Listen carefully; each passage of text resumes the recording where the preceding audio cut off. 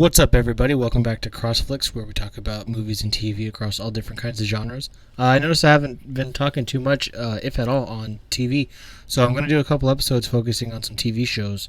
And what I'm going to do for this first one is I'm going to tell you guys my favorite TV shows that have ended. So, like, the series is, as of right now, the series is completely done. I know they're rebooting a lot of things now, or like having some like celebratory episodes, or there's rumors it's going to start again, or whatever. But as of right now, these shows are ended. So let's get into my top 10 favorite TV shows that have ended. Coming in at number 10, we have Brooklyn Nine-Nine. This is a show that I actually really liked, even as, I was relatively early into my teenage years, I think, when it came out. And I knew Andy Samberg from SNL. I'd always watch Saturday Night Live with my mom. And he left to do this show, so I figured it must have been a pretty big show, or he had a lot of hope for it if he was going to leave Saturday Night Live. And it did really well. It got canceled, and then it actually got picked up by different networks, so that was cool. And yeah, just a lot of very dry humor, and just thought it was really funny. I think the entire cast is hilarious, and every time it was on, I was just full of laughs. So, Brooklyn Nine-Nine at number 10. Coming in at number 9 is going to be New Girl. I actually never saw New Girl until all the seasons were out on Netflix, and I fell in love with it instantly. I thought it was so funny. I've known Zooey Deschanel from quite a few things, and then pretty much everybody else in that cast was new to me, and I just think every character shines in their own moment, and it's so fun watching that show. And it's just like a small group of friends that are just living the life, and I think it's in LA, so relatively close to my home. So that was kind of cool, just seeing that kind of setting and atmosphere. There's times where they did film, and I could tell it was LA. So yeah, Zooey Deschanel, she just is very dorky and quirky and just super funny. And then I think Schmidt is one of the funniest characters ever.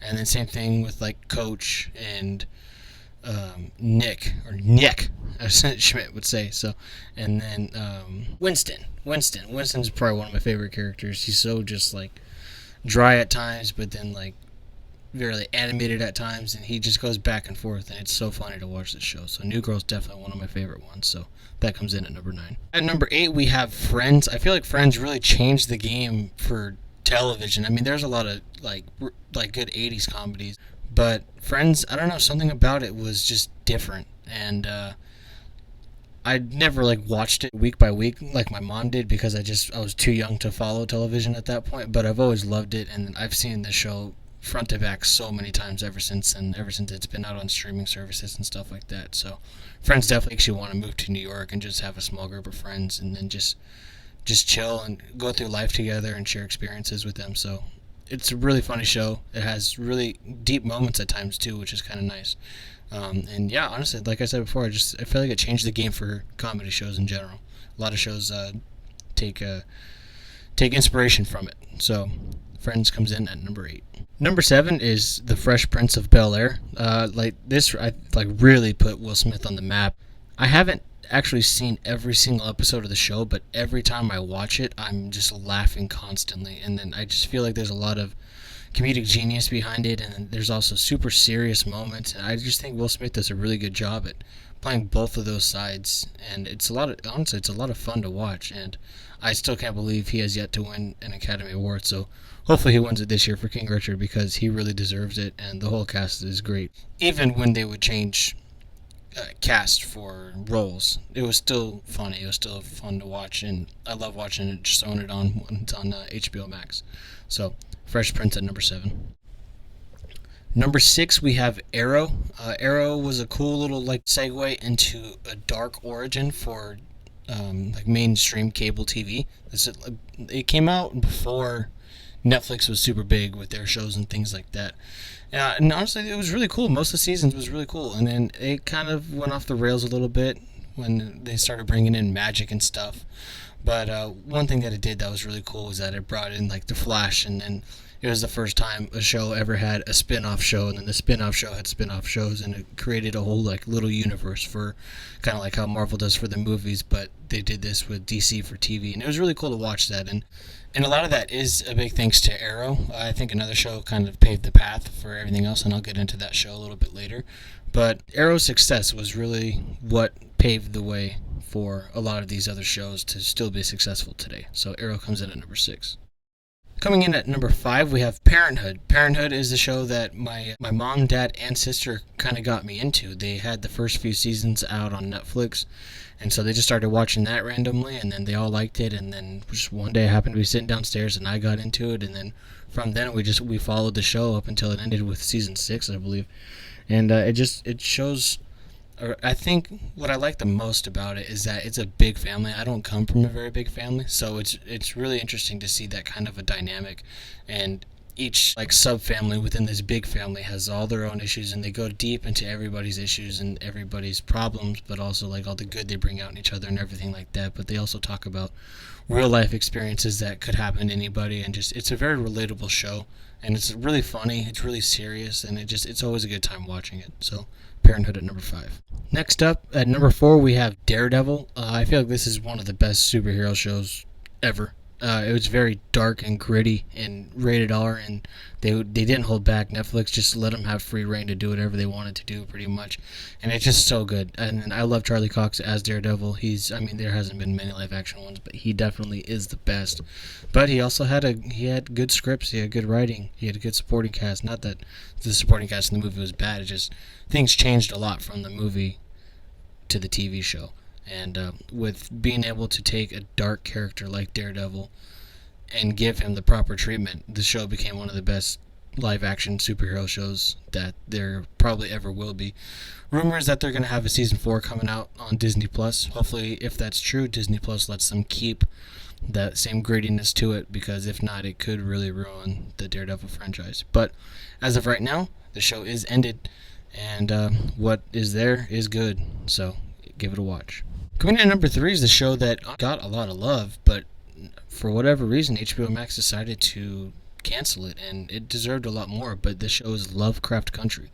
It's like a witchcraft, science fiction, historical fiction type show. It's a bunch of different things all at once, but it's so creative and unique, and the cast is great in it. Everybody in it is awesome.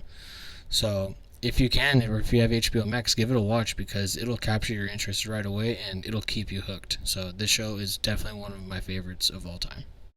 Coming in at number 2 is The Big Bang Theory. This is a show that I did not watch for the longest time because I just thought it looked stupid. And then one day one of my teammates on my soccer team was like, dude, you should watch it. They talk about Star Wars, they talk about Marvel, talk about all these things that you love. And I was like, alright, I'll give it a shot. So before one of the seasons, I want to say it was before season 6 or 7 came out, I think. Before one of those seasons, they had the whole like marathon of all the previous seasons, and so I just recorded them all and then I watched them. And from the first episode, I was hooked. I thought it was one of the funniest things ever.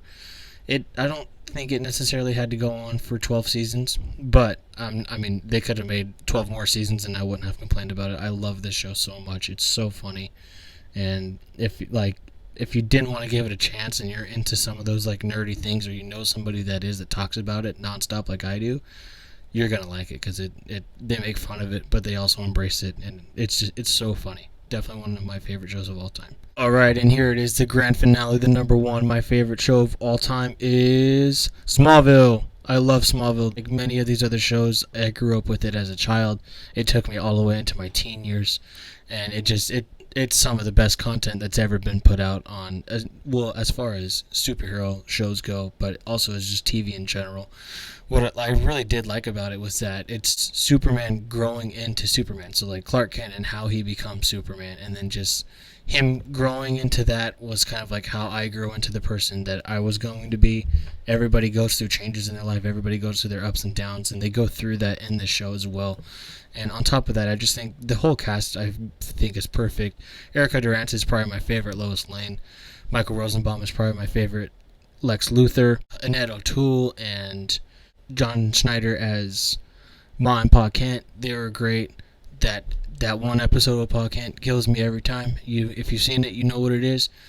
But it's just like, it's again like that happened halfway through the series, and they still went on for another 5 seasons. So like, it just shows that a lot of people cared about the show. A lot of people respected how it still took very real life elements and were able to make them fantasy.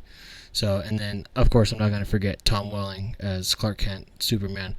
There's a lot of rumors out there and stuff that a few times, like, didn't like the character, didn't want to do anything, didn't want to do this, didn't want to do that, wanted to quit. And like, I'm sure it was 10 years of his life, and he's always going to be known as the Clark Kent Smallville guy. But he stuck with it, and I can't thank him enough because the show means so much to me. Every couple of years I'll watch it beginning to end. So Smallville #1. I want to throw out an honorable mention, and that's going to be Drake and Josh. Jake and Josh was one of those funny little Nickelodeon comedies that I grew up with. And so just like, kind of like as they were growing up, I was growing up. So it was a lot of fun to watch that. I used to have a little device, what was called like a Video Now or something like that. I forget. It was basically like a portable DVD player, but the screen like was on the front. And so I used to have that, and then anytime we go on trips or something, I'd just play all the seasons of Drake and Josh, or like I'd put it under my pillow and fall asleep to it and things like that. So Drake and Josh has a special place in my heart. So I'm going to give that as an honorable mention. So that is it for today's episode on my favorite TV shows that have ended. On the next episode, I'm going to do some of my favorite TV shows that are still on the air, and hopefully they'll be on for quite a while. So stay tuned with that, and I'll see you guys in the next video.